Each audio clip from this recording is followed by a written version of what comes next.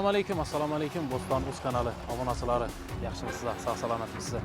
Bugun Xudo xolasa Qoraqalpog'iston Respublikasi Ellikqal'a tumanida Qilchinoq ovul fuqarolari yig'iniga keldik. Xudo xolasa A380 trassasindamiz. Bu yerda yo'llar ta'mirtalab, hozir ta'mirlash jarayonlari bo'lib turibdi. Xudo xolasa shular bilan danishib chiqamiz sizlar bilan. Qachon bitadi bu yo'l? Chiroyli ish jarayonlari yetib turibdi. O'zingiz ko'rganingizdek.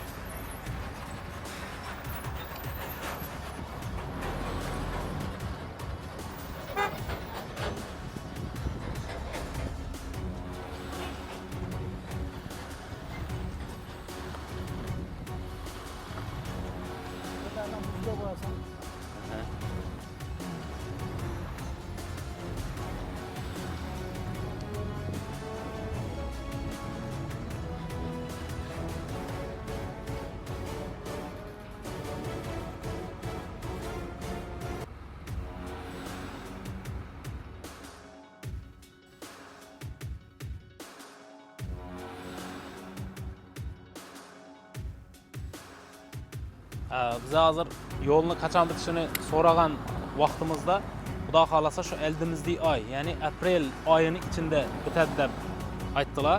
Xudo xolasa bitgandan keyin yana videolarni chiqarib borishda davom etamiz. Sog' bo'linglar, salomat bo'linglar.